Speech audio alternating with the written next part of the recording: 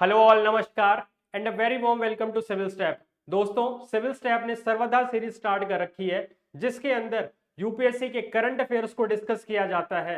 और यहाँ पे जो करंट अफेयर्स डिस्कस किए जाते हैं पर्टिकुलरली सब्जेक्ट वाइज, साथ में उसका स्टैटिक पोर्शन प्लस जो करंट है वो तो डिस्कस होगा ही होगा, साइमल्टेनियसली डिफरेंट मल्टीपल सोर्सेज को क्लब कर दिया जाता है यहाँ पे, जो जिसमें कि डिफरेंट मल्टीपल सोर्सेज की अगर मैं बात करूं, जिसमें आपका हिंदू है, इंडियन एक्सप्रेस है, डाउन टू अर्थ मैगजीन है, पीआईबी है, पीआरएस है और डिफरेंट और टाइप मैगजीन्स, जो कि जहां से क्वेश्चंस की प्रोबेबिलिटी है कि यहां से क्वेश्चन बन सकता है, उन सबको मर्ज कर दिया गया है। क्योंकि जनरली ये चीज देखी गई है कि जो भी एस्पिरेंट तैयारी करता है, करंट अफेयर्स एक बहुत बड़ा चैलेंजिंग टास्क बन जाता है। करंट अफेयर्स को डील करना, वो भी डिफरेंट सोर्सेज के साथ, अपने आप में एस्पिरेंट के लिए एक बहुत बड़ी चैलेंजिंग चीज है। तो हमने उस चीज को इजी करने के लिए उन्हीं करंट अफेयर्स को इन दी फॉर्म ऑफ एमसीक्यूज हमने डिजाइन कर दिया है और जिनको हम डिस्कस करते हैं। तो आओ चलो वो हम अपने सेशन को स्टार्ट करते हैं। तो सबसे पहले आज का जो हमारा टॉपिक रहेगा, question number 1, which of the following state has recently declared heat wave as a state specific disaster? First is Punjab, second is Rajasthan, third is Tamil Nadu and last option is Gujarat. तो इसका जो आंसर है, इसका आंसर है दैट इज तमिलनाडु। आओ check भी कर लेते हैं इस आंसर को। That is answer C. Recently अभी न्यूज के अंदर जो रिसेंट हीट वेव्स आई थी, उसकी वजह से तमिलनाडु स्टेट ने जो रिसेंट हीट वेव्स आ रही हैं उनको as a state specific disaster घोषित करने का प्लान कर लिया। और उन्होंने घोषित करने के लिए ये सब चीजें प्लान डिवाइस किया जा रहा है कि वो in particularly state specific disaster जो कि हीट वेव्स हैं उनको हम एज ए उस स्टेट के अंदर एज ए डिजास्टर काउंट करेंगे। तो इसके एक्सप्लेनेशन देख लेते हैं। बेसिकली पहले तो समझते हैं कि हीट वेव्स क्या है। A heat wave is a period of abnormally high temperature more than the normal maximum temperature. In short अगर मैं बात करूं कि हीट वेव क्या है, जैसे आपने देखा होगा अभी गर्मियां रिसेंटली ही पास की हैं, तो जनरली हमने देखा कि इस बार की जो गर्मियां थी वो नॉर्मल गर्मियों से थोड़ी सी ज्यादा थी। तो सिमिलरली उसी पर्टिकुलर जब गर्मी अपने नॉर्मल टेम्परेचर से ज्यादा पड़ेगी, उसी को हम क्या बोल देंगे? हीट वेव बोल देंगे। In short it's abnormal rise in the temperature. Clear है? A heat wave is a period of abnormally high temperature more than a normal maximum temperature, जो कि एक नॉर्मल टेम्परेचर देखा जाता है। जनरली हमें सबको पता है कि गर्मियों में गर्मी पड़ेगी ही, बट समटाइम्स ऐसा स्पैन आ रहा है, कुछ टाइम से पिछले 1-2 साल से हमने ये ट्रेंड देख रहे हैं कि जनरली गर्मियां नॉर्मल गर्मी से ज्यादा पड़ रही है, उसी को हमने क्या बोल दिया? हीट वेव बोल दिया। In India heat wave typically occur from March to June. ये वही टाइम है जो कि समर सीजन काउंट किया जाता है इंडिया के अंदर, that is March to June, and in some rare cases even extended till July. और कुछ रेयर केसेस के अंदर ये जुलाई तक भी ये टाइम स्पेन जो है खिंच जाता है। On an average 5 to 6 heat waves event occur every year over the नदरन parts of the country. तो ये पता होना चाहिए, ऑन एन एवरेज जो इनका काउंट देखा गया है हीट वेव्स का, 5 से 6 डिफरेंट हीट वेव्स देखी गई हैं नदरन पार्ट है जो हमारा कंट्री का। Heat wave is considered if maximum temperature of a station reaches at least 40 degree Celsius or more for plains and at least 30 degree Celsius or more for hilly regions. In short, अगर मैं बोलूं कि heat wave को मुझे categorise करना है कि अगर मैं प्लेन्स की बात करूंगा, 40 डिग्री सेल्सियस या उससे ऊपर का अगर टेम्परेचर हुआ तो उसको मैं प्लेन्स के अंदर हीट वेव की कैटेगरी में डाल दूंगा। और सिमिलरली अगर मैं हिली एरियाज की बात करूं तो 30 डिग्री सेल्सियस या उससे ऊपर का टेम्परेचर अगर हिली रीजन्स के अंदर जा रहा है तो भी मैं उसको हीट वेव की कैटेगरी में डाल दूंगा। तो ये एक डिफरेंशिएशन हो गई। और simultaneously on based on the departure of normal heat wave, based on the departure of normal heat wave का मतलब है कि पर्टिकुलरली जो भी टेम्परेचर स्टेशन है वहां पे अगर नॉर्मल टेम्परेचर 4.5 से 4.50 डिग्री सेल्सियस से 6.40 डिग्री सेल्सियस तक अगर ज्यादा गया उस पर्टिकुलरली टेम्परेचर स्टेशन के ऊपर, तो उसको हम as a normal heat wave की कैटेगरी में हम डाल देंगे। क्लियर है बात?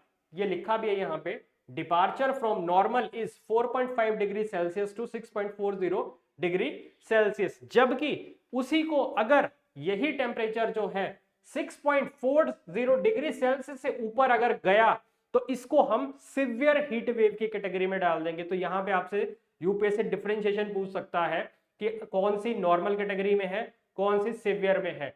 सिवियर में आपने याद रखना है कि किसी टेम्परेचर स्टेशन पे 6.40 डिग्री सेल्सियस से ऊपर अगर वहां का एवरेज टेम्परेचर जा रहा है तो उसको सिवियर हीट वेव कैटेगरी में डाल दिया जाएगा। जबकि अगर उसी पर्टिकुलर टेम्परेचर स्टेशन पे जो टेम्परेचर है वो 4.50 डिग्री सेल्सियस से लेके 6.40 डिग्री सेल्सियस के बीच जाएगा तो उसको हम नॉर्मल हीट वेव कैटेगरी में डाल देंगे। Based on the actual maximum temperature of the heat wave, when actual maximum temperature reaches more than 45 degree Celsius, ये नॉर्मल कैटेगरी के अंदर सिमिलरली टेम्परेचर बता रहा है, और सिवियर हीट वेव कैटेगरी के अंदर जब actual maximum temperature 47 degree Celsius से ऊपर चला जाएगा, 45 डिग्री सेल्सियस तक हम एज ए नॉर्मल काउंट कर रहे हैं, और उसके ऊपर अगर जा रहा है सिवियर हीट वेव में तो वो फिर जाएगा 47 डिग्री सेल्सियस की कैटेगरी के अंदर। तो ये डिफरेंशिएशन है जो आपको पता होनी चाहिए हीट वेव में। जनरली मेन क्राइटेरिया तो ये रहा कि 40 डिग्री जो हमने कंसीडर किया है प्लेन्स के लिए और 30 डिग्री हिली रीजन्स के लिए, बट यहाँ पे भी हमने उसके अंदर भी सब कैटेगरी कर दी कि पर्टिकुलरली किस टाइम पे ये जो एक्चुअल मैक्सिमम टेम्परेचर जो जा रहा है, मतलब जो एक्चुअल जो टेम्परेचर है उसके अकॉर्डिंगली अगर हम देखें तो वो 45 डिग्री सेल्सियस से ऊपर की तो वो आएगा, तो वो हीट वेव की कैटेगरी में, बट वो आएगा नॉर्मल में। अगर 47 से ऊपर जा रहा है तो वो किस में चला गया, दैट इज इन मैक्सिमम और सिवियर हीट वेव कैटेगरी के अंदर। तो that's all about this question. और अब देखते हैं कि चीज न्यूज में किस वजह से थी। How is Tamil Nadu bracing for heat waves, वो यही एक द हिंदू का ये आर्टिकल था कि तमिलनाडु कैसे अब हीट वेव्स के लिए प्रिपेयर कर रहा है। बेसिकली यहाँ पे अब इस तरह का वहाँ का जो स्टेट डिजास्टर अथॉरिटी है वो प्लान कर रही है, पर्टिकुलरली इस फेज के अंदर स्कूल्स के अंदर आपको हॉलीडेज देखने को मिलेंगी, वर्किंग आवर्स के अंदर चेंज देखने को मिलेगा। तो this is all about this in this article. तो ये एक आर्टिकल था तमिलनाडु के रिगार्डिंग कि वो किस तरह से प्रिपेयर कर रहा है फॉर हीट वेव्स। अब चलते हैं सेकेंड क्वेश्चन की तरफ। Consider the following statements regarding the Bandhavgarh national park. ये बांधवगढ़ नेशनल पार्क की बात हो रही है यहाँ पे। It is located between the Vindhyan and Satpura ranges. It is known for royal Bengal tigers and has highest population at in India. Which one of the following is the correct in respect of the above statements? Both statement 1 and 2 are correct. Statement 1 is correct and statement 2 is incorrect. Statement 1 is incorrect and statement 2 is correct. And last option is both statement 1 and statement 2 are correct, are incorrect. So this is all about this question. तो आओ देखते हैं इसका answer. इसका answer है A, that is both the statements are 1 and 2 are correct. तो पहले तो बांधवगढ़ नेशनल पार्क के बारे में जानते हैं कि basically Bandhavgarh national park, Bandhavgarh tiger reserve की अगर मैं बात करूंगा, it is located between the Vindhyan and Satpura ranges. तो सबसे पहला हमारा फैक्ट हमें पता होना चाहिए कि किस किस के बारे में है ये विंध्या और सतपुड़ा रेंजेस के बीच में ये आपको बांधवगढ़ टाइगर रिजर्व देखने को मिलता है in the Umaria district of Madhya Pradesh. कल को अगर आपसे डिस्ट्रिक्ट पूछ ले ये मध्य प्रदेश का, then the district is Umaria district.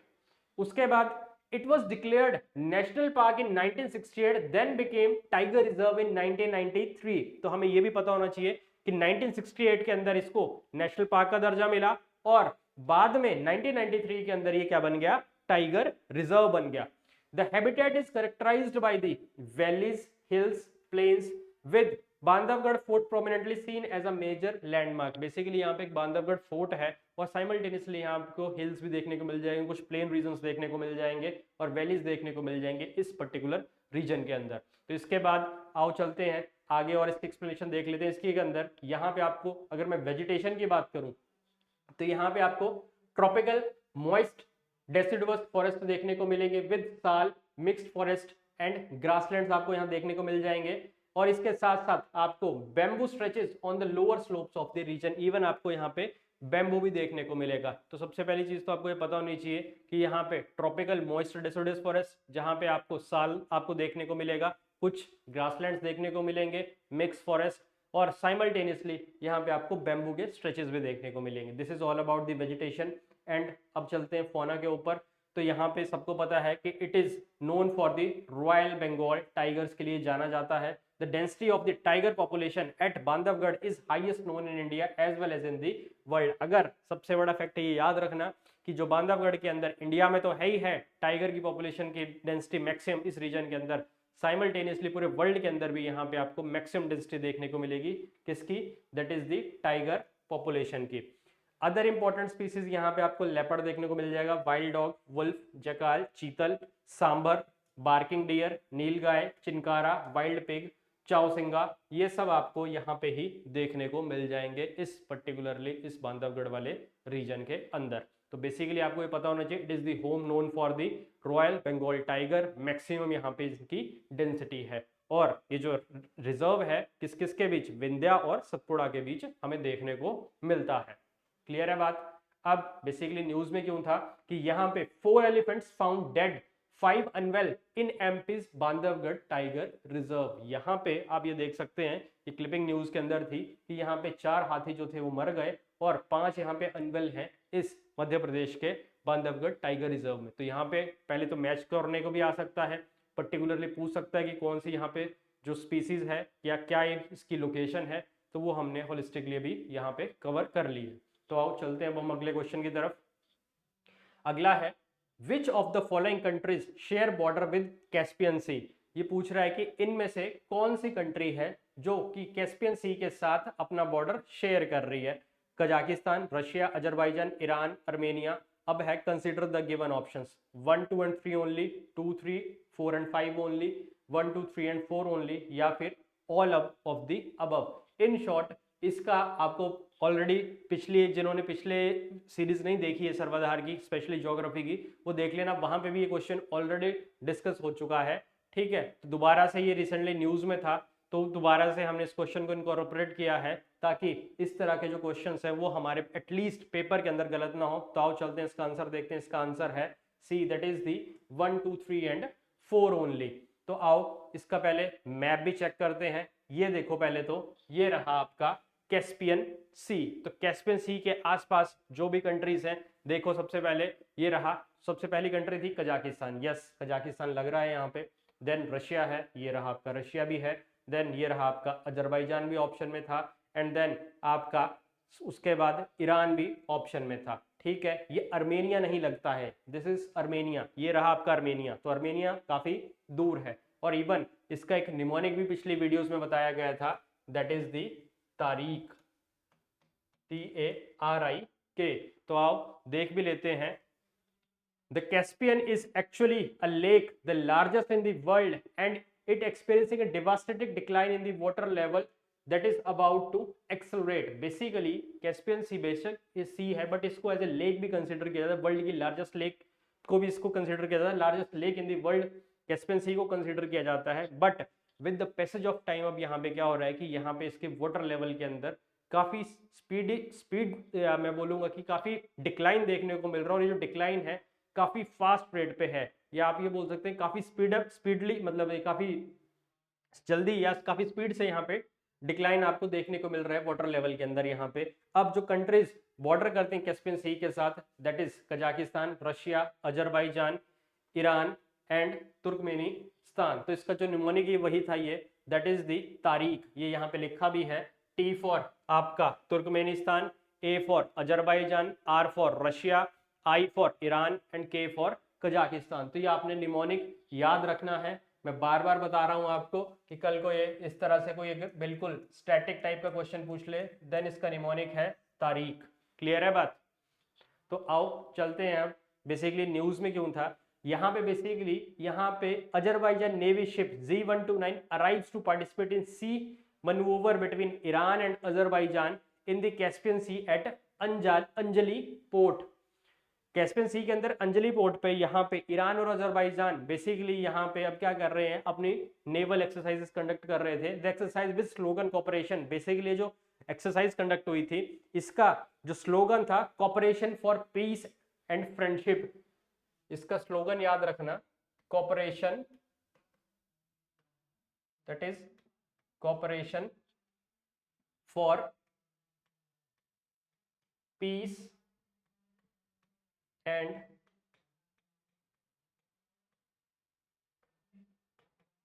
Friendship. Basically इस नेवल एक्सरसाइज का जो स्लोगन था that is the cooperation for peace and friendship इस रीजन के अंदर। आपने पहले भी रिसेंटली न्यूज में भी अगर देखा हो तो अर्मेनिया और अजरबैजान का जनरली क्लैश रहता है for the claim of the certain regions. तो यहाँ पे अब अजरबैजान और जो ईरान है पर्टिकुलरली यहाँ पे एक as a for coastal unity के लिए ये यहाँ पे एक्सरसाइजेस का शोकेस कर रहे हैं। कहाँ पे? कैस्पियन सी के पास ही अंजलि पोर्ट है और यहाँ पे जो स्लोगन था इस पर्टिकुलर एक्सरसाइज का that is cooperation for peace and friendship. तो आओ चलते हैं अब अगले क्वेश्चन की तरफ। विच of the following country is not the part of the border road initiative? वो पूछ रहा है कि इनमें से कौन सी जो कंट्री है वो बॉर्डर रोड इनिशिएटिव का पार्ट नहीं है। पहली है इंडोनेशिया, दूसरी लाओस, तीसरी मलेशिया, चौथी Philippines. Consider the following options. पहली 1 2 3, 1 2 and 3 only, B 1 3 and 4 only, C 1 and 2 only, या फिर all of the above are part of BRI। BRI का मतलब ही क्या हुआ? Border road initiative. तो इसका आंसर जनरली ये सभी कंट्रीज होनी चाहिए बॉर्डर रोड इनिशिएटिव में। तो आओ चेक भी कर लेते हैं। Yes, it's all of the above are part of BRI। तो सबसे पहले ये देख लो, ये मैप है BRI का, countries of the belt and road initiative. यहाँ पे अगर आप ये देखोगे ये सब कंट्रीज क्या हैं कि that is the part of BRI। Clear है बात? तो यहाँ पे आपको ये देख लो, सब सहारन से 44 कंट्रीज, यूरोप और सेंट्रल एशिया से 34 है, ईस्ट एशिया और पैसिफिक से 25, लैटिन अमेरिका और कैरिबियन 22, मिडल ईस्ट और नॉर्थ अफ्रीका से 19, साउथ एशिया से 16। अब बेसिकली बॉर्डर रोड इनिशिएटिव एक चाइना का ही फ्लैगशिप प्रोग्राम है। बेसिकली ये इसलिए जो चाइना का पुराना जो एंशिएंट जो सिल्क रूट था, चाइना का मानना है कि कहीं ना कहीं जो बॉर्डर रोड इनिशिएटिव है ये उसी का एडवांस वर्जन, या फिर आप ये बोल लो कि एंशिएंट जो सिल्क रूट है उसी का ये क्या है? रिवाइवल है। तो आओ इसकी पहले देख लेते हैं कि बेसिकली न्यूज में क्यों था। Why is Brazil weighing options on China belt and road initiative? Basically जो ये ब्राजील है, ब्राजील ने इस बॉर्डर रोड इनिशिएटिव से में जाने से मना कर दिया है। ये basically that's why this particular article is in the news.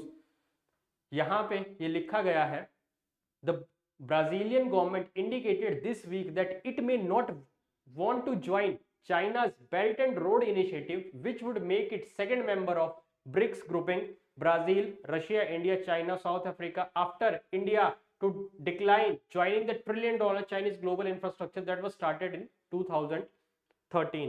कहीं ना कहीं इंडिया ने जब मना किया कि वो BRI का पार्ट नहीं बन रहा है तो उस वजह से कहीं ना कहीं ब्राजील पे भी उस चीज का इंपैक्ट पड़ रहा है और ब्राजील ने भी अब मना कर दिया है। The decision was conveyed in an interview to Brazilian newspaper by Celso Amorim, chief adviser of foreign policy to Brazilian president Luiz Inacio Lula da Silva. The interview has raised questions about Brazil-China ties as well as about BRI, which was launched modern day version of the ancient Silk Route। तो कहीं ना कहीं अब Brazil भी आप ये बोल सकते हो कि मिक्स स्टेट के अंदर है कि पर्टिकुलरली वैसे तो उन्होंने इनफॉर्मली तो मना कर ही दिया है बट अभी तक उसका फॉर्मल डिक्लेरेशन आना बाकी है। तो इस वजह से ये पर्टिकुलरली बॉर्डर रोड इनिशिएटिव जो था वो न्यूज में था।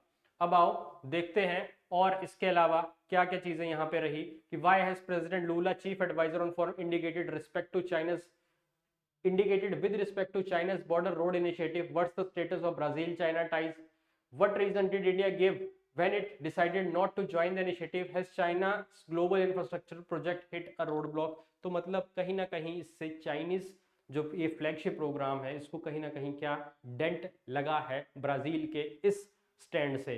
तो अभी तक एज सच जो पर्टिकुलरली जो चाइना का बॉर्डर रोड इनिशिएटिव है वो कहीं ना कहीं इस पर्टिकुलर चीज से किसी ना किसी एक मैं ये बोल सकता हूं कि इस तरह से बीच में फंसा हुआ सब नजर आ रहा है पर्टिकुलरली, क्योंकि इंडिया भी अब इसमें तो पार्ट बन ही नहीं रहा है और साइमल्टेनियसली ब्राजील ने भी इनफॉर्मली तो मना कर ही दिया है और इसके बाद उनका स्टैंड क्या आता है, still we have to wait for that. तो आओ चलते हैं अब अगले क्वेश्चन की तरफ। अगला क्वेश्चन है Recently, Spain had experienced a massive flash flood and it happened due to Dana। Basically, वहां पे फ्लैश फ्लड्स आए थे और पर्टिकुलरली वो किसकी वजह से थे? ड्यू टू दाना। Consider the following statement related to Dana. It occurs when a mass of warm air collides with a stagnant mass of cold air at an altitude of around 29,500 feet, approximately 9,000 meters. This weather pattern's occurrence is related to polar jet stream. Which one of the following is correct in respect to above statements? Both statement 1 and 2 are correct. Both statement 1 and 2 are correct. Statements 1 is correct and statement 2 is incorrect. Statement 1 is incorrect and statement 2 is correct. Both statement 1 and statement 2 are incorrect. तो आप इसका answer check कर लेते हैं. इसका answer ये है कि दोनों ही स्टेटमेंट्स क्या हैं, सही हैं. तो आप इसकी एक्सप्लेनेशन देखें. अब सबसे पहले तो समझो कि दाना है क्या चीज है. What is DANA? DANAs are intensified versions of what's known cold drop which occurs when a mass of warm air collides with stagnant mass of cold air at an altitude of around 29,500 feet. Basically आप ये समझ लो कि ये एक तरीके से यहां पे दो डिफरेंट एयर मासेस, कौन कौन से? एक वार्म एयर और एक कोल्ड एयर. यहां पे जो वार्म एयर होगी वो क्या होगी? मूव कर रही होगी, जबकि जो कोल्ड एयर होगी वो क्या होगी? स्टैग्नेंट होगी. और ऑलमोस्ट नियरली 9,000 मीटर्स या मैं बोलूं 29,500 फीट की हाइट पे ये टकराएंगे, जिस वजह से क्या होगा? एक तरीके से आप बोल सकते हो कि कोल्ड ड्रॉप एकदम से, मतलब जिस तरह से एकदम से, जैसे आप क्या होता है टेम्परेचर एकदम से ड्रॉप करता है, सिमिलर वैसा सिचुएशन बनेगी. और इस वजह से यहाँ पे काफी स्ट्रॉन्ग विंड्स चलेंगी और एक स्टॉर्म की कैटेगरी के अंदर ये जो चीज है पर्टिकुलरली जो आप ये बोलोगे दाना जो है वो अख्तियार कर लेता है. In upper atmosphere, there is a very strong wind current that surrounds the earth like a belt.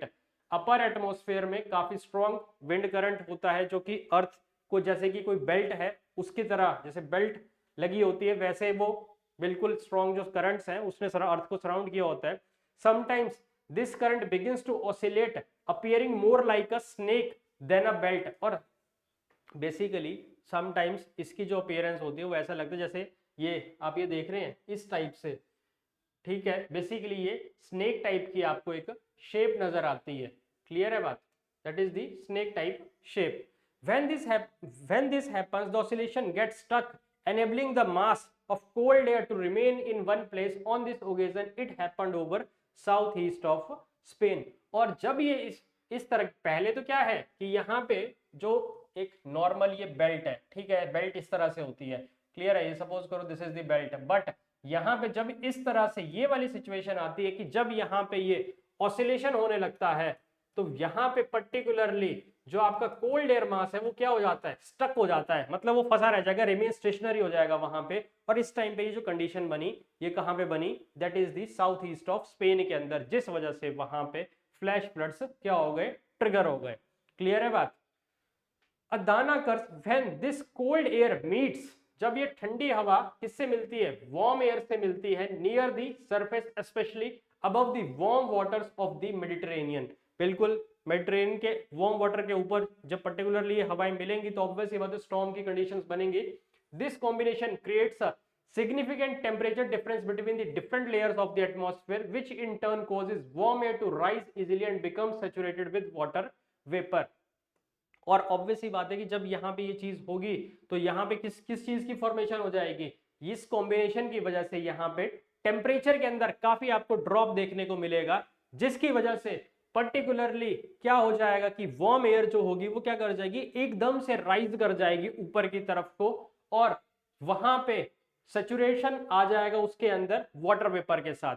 If this temperature contrast is combined with humidity and energy from the Mediterranean which is very warm after summer months, the result is heavy storms and torrential rainfall. in short ये सब वही characteristics हैं. अगर आप ध्यान से देखेंगे तो कहीं ना कहीं ये साइक्लोनिक, अगर आपने ध्यान से देखो साइक्लोनिक जो विंड्स की अगर हम बात करते हैं तो ये उस तरह का एक सिचुएशन बन रहा है. तो सिमिलरली अब यहाँ पे जो कॉन्ट्रास्टिंग टेम्परेचर कंडीशंस के साथ अगर ह्यूमिडिटी और उसको एनर्जी मॉइस्चर की जो सप्लाई है मेडिटेरियन सी से अगर मिल गई तो पर्टिकुलरली वो एक खतरनाक स्टॉर्म बन जाएगा और उसके साथ साथ वो क्या करेगा? भयंकर बारिश करेगा, जिस वजह से पर्टिकुलरली अब यहाँ पे क्या हुआ? इस स्पेन वाले रीजन के अंदर ये चीज बनी, इस तरह का डिप्रेशन बना और वहां पे फ्लैश फ्लड्स, टोरेंशियल रेनफॉल और स्टॉर्म्स के साथ फ्लैश फ्लड्स ट्रिगर कर गए और जिसने काफी ज्यादा वाइड स्प्रेड डिवास्टेशन किया स्पेन के अंदर.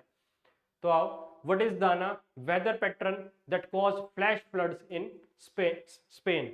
तो इसी वजह से दाना जो था वो न्यूज में था। क्लियर है बात? तो आओ चलते हैं अब आगे। अगला क्वेश्चन है कि consider the following statements, Kibithu in Arunachal Pradesh, Chushul Himachal Pradesh, Daulat Beg Oldi J&K and Nathula in Sikkim. Which one of the following given above are correctly matched? Only one, only two, only three, all four. अगर आप ध्यान से देखेंगे तो किबिथु जो है अरुणाचल प्रदेश में है, चुशूल हिमाचल में नहीं है। चुशूल बेसिकली इन कहाँ है? Ladakh. Daulat Beg Oldi in Ladakh and Nathula is in कहाँ पे? सिक्किम। ठीक है, तो कितनी स्टेटमेंट्स ठीक हो रही हैं? 2, तो इसका आंसर होना चाहिए ओनली 2। तो आप देख भी लेते हैं, answer is B, that is only 2। तो आओ अब ये देख लो, there are 5 border personnel meeting BPM points along LAC। LAC के बेसिकली ये न्यूज में क्यों था कि LAC के आसपास, अभी आपने रिसेंटली न्यूज में भी देखा होगा कि इंडिया और चाइना की दोनों आर्मीज ने वहां से अपनी अपनी जो भी टेम्परेरी अरेंजमेंट्स है, जहां पे जो भी उन्होंने पॉइंट्स अपने स्ट्रेटेजिक लोकेशंस थे जहां पे वो एक दूसरे के साथ टकराने वाली स्थिति में थे, वहां से अब इन्होंने डीएस्केलेट करना शुरू कर दिया है। पहले ये एस्केलेशन वाली स्टेज में पहुंच गए थे, ठीक है, but with the passage of time ये बॉर्डर पर्सनल मीटिंग्स होती हैं, तो यहाँ पे अब डीएस्केलेशन का प्रोसेस स्टार्ट हुआ है।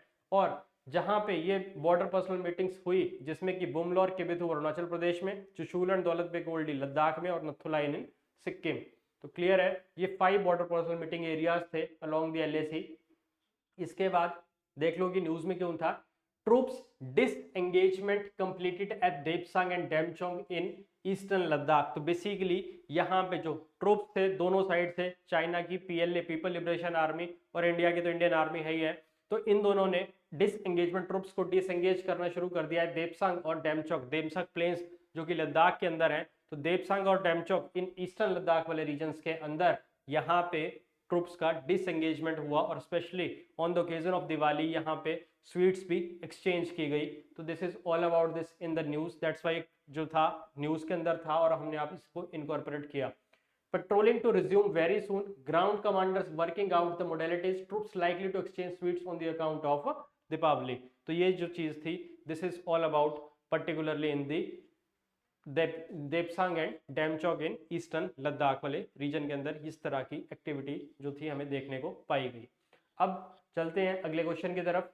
इन which of the tiger reserve Odisha government has been making effort to improve the gene pool of tigers. मतलब इनमें से उड़ीसा गवर्नमेंट जो है कौन से पर्टिकुलरली रिजर्व्स के अंदर टाइगर्स का जो जीन पूल है उसको इंप्रूव करने की कोशिश कर रही है। First is Tadoba Andhari tiger reserve, Satkosia tiger reserve, Simlipal biosphere reserve and last is none of the above. तो इसका आंसर जनरली ए ऑप्शन होना चाहिए, तो चेक भी कर लेते हैं। सॉरी, इसका आंसर है Simlipal tiger reserve, that is the. इसके बाद ये देख लेते हैं कि ये न्यूज में क्यों था। Tigress from Maharashtra brought to improve gene pool amid worries over the inbred tigers in Odisha Simlipal reserve. तो ओडिशा के सिमलीपाल जो रिजर्व है वहां पे बेसिकली ये जो पर्टिकुलरली जहां पे इनकी जो जीन पूलिंग है उसको इंप्रूव करना है टाइगर्स की, तो ये वहां पे देखने को आपको मिल जाएगी।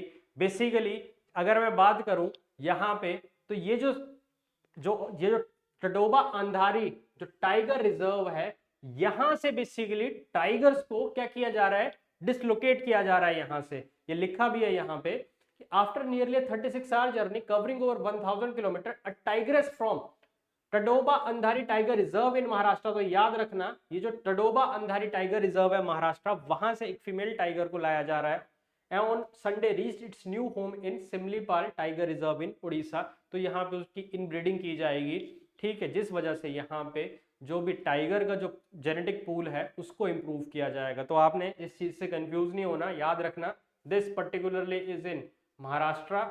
यहां से टाइग्रेस को क्या किया जा रहा है, डिसलोकेट किया जा रहा है, यहां से टाइग्रेस को शिफ्ट किया जा रहा है। यहां से क्या हो रहा है, टाइग्रेस की शिफ्टिंग हो रही है। कहां पे हो रही है, in the Simlipal tiger reserve, ठीक है। तो Simlipal tiger reserve in Odisha और जबकि टडोबा अंधारी टाइगर रिजर्व इन महाराष्ट्र।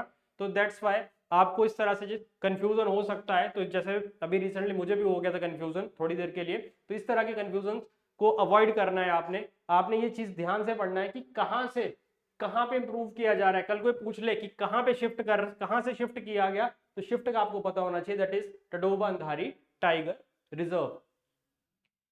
बेसिकली ये आर्टिकल इसी चीज के रिगार्डिंग था, तो that's why this particular article is in the news. अगला क्वेश्चन है, the government of India has notified the international transhipment hub at Galathea Bay is located in which of the following islands. तो ये पूछ रहा है कि बेसिकली गवर्नमेंट ऑफ इंडिया ने recently एक नोटिफिकेशन निकाला है जिसके लिए इंटरनेशनल ट्रांसशिपमेंट हब बनाया जा रहा है गलाथिया बे में। वो इनमें से कौन से आइलैंड पे लोकेटेड है? Great Nicobar, little Nicobar, car Nicobar, little Andaman. तो इसका आंसर देख ले, that is in great Nicobar island. तो इसकी सबसे पहले तो एक्सप्लेनेशन देखते हैं। अगर गैलिथिया बे की मैं लोकेशन की बात करूं, it is located in the great Nicobar island of Andaman and Nicobar islands of India. मतलब इसकी जो लोकेशन है वो क्या है? ग्रेट निकोबार आइलैंड है अंडमान निकोबार के। It is being developed as international container transshipment port. तो इसको क्या डेवलप किया जा रहा है? International container transshipment port. मतलब यहाँ पे पूरे वर्ल्ड से ग्लोबली आपके पास शिप्स के ऊपर आप देखते होंगे कंटेनर्स होते हैं जिनके अंदर सामान वगैरह, गुड्स वगैरह लाया जाता है। तो उस तरह से वहां से पर्टिकुलरली उन कंटेनर्स के थ्रू यहाँ पे सामान आएगा, यहीं से मल्टीपल कंट्रीज में उसको क्या कर दिया जाएगा? बाहर एक्सपोर्ट कर दिया जाएगा, और यहीं पे बाकी कंट्री से जो सामान आ रहा है इंडिया में आना है, इसको यहाँ पे ही रखा जाएगा कंटेनर्स को, यहीं से फिर बाकी डिफरेंट रीजन्स के, इंडिया के डिफरेंट स्टेट्स के अंदर यहाँ से शिफ्ट कर दिया जाएगा। तो इसलिए ये क्या बन गया? इंटरनेशनल कंटेनर ट्रांसशिपमेंट पोर्ट बन गया। It is also eligible for central funding के लिए eligible है and will be developed under the public private ship partner model. This is the most important fact. ये आपको पता होना चाहिए कि ये जो इंटरनेशनल ट्रांसशिपमेंट पोर्ट जो बन रहा है, ये जो गैलिथिया बे के अंदर, ये कौन से मॉडल पे है? It's on PPP, that is public private partnership funding पे है ये। इसके अलावा the proposal facility is envisaged to be developed in 4 phases. 4 phase में इस पे का काम होगा, जिसमें कि फेज 1 में प्रपोज कर दिया गया to be commission in the year 2028 with handling capacity of 4 million TEUs increasing to 16 million TEUs in the ultimate stage of the development by 2058। तो मतलब यहाँ पे 4 फेजेस में इसकी डेवलपमेंट होनी है, जिसमें कि स्टार्टिंग जो इसकी हैंडलिंग कैपेसिटी की बात करें तो 4 मिलियन TEUs रखी गई। बाद में इसी को इंक्रीज कर दिया जाएगा 2058 तक, जहां पे इसकी कैपेसिटी होगी 16 मिलियन TEUs। क्लियर है बात? Once operational, the Galathea Bay project will help capture a large share of transshipment cargo which is handled at ports outside India। और जनरली हमने एक चीज पहले भी इससे पहले एक सर्वदा सीरीज के अंदर ऑलरेडी डिस्कशन भी हुआ था कि इंडिया के अंदर बेसिकली समस्या क्या है इंडिया के पोर्ट्स के अंदर, कि यहाँ पे शिप्स को जो खाली होना, शिप को मतलब आएगा हार्बर के अंदर आएगा, उसके बाद उसको दोबारा से लोडिंग भी करनी है, अनलोडिंग के लिए टाइम बहुत ज्यादा लग रहा है। तो इस तरह के जो शिप्स, इस तरह के जो इंटर कंटेनर ट्रांसशिपमेंट पोर्ट होंगे, कहीं ना कहीं उससे शिप का लोडिंग अनलोडिंग टाइम भी इंप्रूव होगा इंडिया के अंदर, जिस वजह से इंडिया का मैरीटाइम ट्रेड भी इंक्रीज करेगा। और साइमल्टेनियसली इस तरह की जो पोर्ट्स जहां पे इस तरह के ट्रांसशिपमेंट कार्गोस जो कि आउटसाइड इंडिया हैंडल किए जा रहे हैं, वो भी अब कहीं ना कहीं इसके बनने से इंडिया के अंदर जो ही हैंडल किए जाएंगे। तो अब ये देख लो, सबसे पहले this is the international container transshipment port. ये है ICTP गैलिथिया बे। ये रहा वो गैलिथिया बे। यहीं से आप देख लो कि यांगून, चिटगोंग, मोंगला, कोलकाता, हाल्दिया, धर्मा, पारादीप, वाइजैक, कृष्णापट्टनम, काटोपल्ली, एन्नोर, चेन्नई, ठीक है, ये सब जितने भी आसपास के जो भी रीजन्स हैं, इन सब को यहाँ से international trade and shipping root ये देख लो, ये रहा आपका। और ये गैलिथिया पे बिल्कुल इसी के अंदर आ रहा है। तो इस वजह से कहीं ना कहीं इंडिया का जो मैरीटाइम ट्रेड है उसमें भी आपको इंप्रूवमेंट देखने को मिल जाएगा। इसके बाद न्यूज में क्यों था? Galathea Bay a new major port can be a game changer. और ये क्या है? अब गैलिथिया बे अब एक नया मेजर पोर्ट बन जाएगा। इससे पहले quarter century after Kamarajar port was named the country's 12th major port. The mega international container transshipment port at Galathea Bay in the Nicobar in the Bay of Bengal has been notified as the 13th major port. तो this is the important fact कि अब ये India में कल को आपसे पूछ ले कि कितने major, that in the 13 13 major ports हैं अब इंडिया के अंदर, 13 मेजर पोर्ट हो गए अब इस गलीथिया बे के बनने से। कहाँ पे है? In the great Nicobar island. Clear है बात? तो this is all about this particular Galathea Bay. तो अब इसके बाद अगला क्वेश्चन है, which of the following would be the benefits of the national agriculture code. तो ये बोल रहा है कि इनमें से क्या क्या बेनिफिट्स हैं नेशनल एग्रीकल्चर कोड के। To improve agriculture processes, improve quality Indian agriculture, improve rural livelihood, to provide remunerative price. तो इन चार ऑप्शन में से 1 to 4, 1 and 2 only, 1 to 3 all of the above. इसमें से सिर्फ एक चीज याद रखना कि टू प्रोवाइड रेम्यूनरेटिव प्राइस ये वाली चीज नहीं है, बाकी तीनों ही हैं। तो इसका आंसर चेक कर लो, it's answer is C, that is 1, 2 and 3 only. Clear है? तो basically national agriculture code, the board of Indian standard BIS has begun to process for the formulating the national agriculture code NAC on the lines of existing national building code and national electrical code। तो basically यहाँ पे जो board of Indian standard है जो उसने यहाँ पे national agriculture code की फॉर्मुलेशन, बेसिकली कोड्स होते हैं जिसके थ्रू आप ऑपरेट करते हैं कि हाँ पर्टिकुलर इस चीज के लिए ये कोड है तो आपको इस तरह से ये चीज करनी है, ये इस चीज के लिए कोई और कोड है तो आपको उस हिसाब से उसका वो वाला काम करना है। तो वैसे ही यहाँ पे जैसे कि नेशनल बिल्डिंग कोड है, नेशनल इलेक्ट्रिकल कोड है, सिमिलरली इसी पैटर्न पे नेशनल एग्रीकल्चर जो कोड है वो बनाए जा रहे हैं। इसके ये मल्टीपल ऑब्जेक्टिव्स हैं, जिसमें कि सबसे मेजर जो ऑब्जेक्टिव है वो क्या है कि it will serve as guide for farmers, agriculture universities and official involved in the field to promote quality and best practices in agriculture, to create an implementable national code covering recommendation for agriculture practice, taking agroclimatic zones, crop type, till agri-food value chain into consideration। मतलब agroclimatic Jones के हिसाब से हमने agriculture practices को adopt करना है, और जो भी एग्री फूड वैल्यू है या एग्री जो फूड वैल्यू चेन है उसको भी हमने कंसिडर करना है। तो इसके ऑब्जेक्टिव्स हैं, ये मल्टीपल एस्पेक्ट्स हैं यहाँ पे। अगर मैं बेनिफिट्स की मैं बात करूं तो बेसिकली क्या है, improve agri processes, enhance efficiencies, better standardisation, improve quality, agriculture transformation, even improve rural livelihood और एनवायरमेंटल इंपैक्ट, ये सब इसी के ही बेनिफिट्स आपको देखने को मिल जाएंगे। इसके बाद न्यूज में क्यों था, what is the national agriculture code currently being formulated by the board of Indian standards इसको बना रहा है। तो दिस इज पर्टिकुलरली ये पर्टिकुलर जो आपका नेशनल एग्रीकल्चर जो कोड था वो न्यूज में इसी वजह से था, तो उसको इनकॉर्पोरेट किया गया यहाँ पे। अब आओ लास्ट क्वेश्चन कि which of the following lake is lies completely above the equator in African lake region. अब वो बोल रहा है कि इनमें से कौन सी लेक है जो कि कंप्लीटली इक्वेटर से ऊपर अफ्रीकन लेक रीजन के अंदर आपको देखने को मिलती है। तो आप इसका आंसर देख ले, दैट इज द लेक तुर्काना। तो आप इसकी एक्सप्लेनेशन देख ले। पहले तो समझो कि what makes up the great lake reason.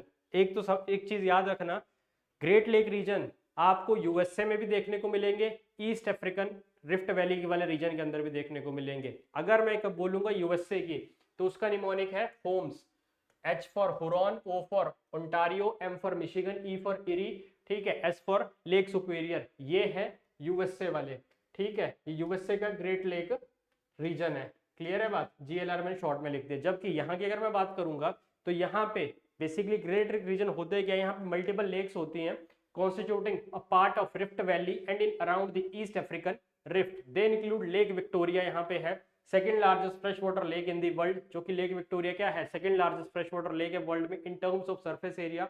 And Lake Tanganyika की मैं बात करूं तो Lake Tanganyika world second largest in volume के हिसाब से as well as the second deepest lake है ये। इनका ऑर्डर लार्जेस्ट टू स्मॉलेस्ट का क्या है, ग्रेट अफ्रीकन लेक्स का सबसे पहले Lake Victoria, then Lake Tanganyika, Lake Malawi, Lake Turkana, Lake Albert, Lake Kivu and Lake Edward.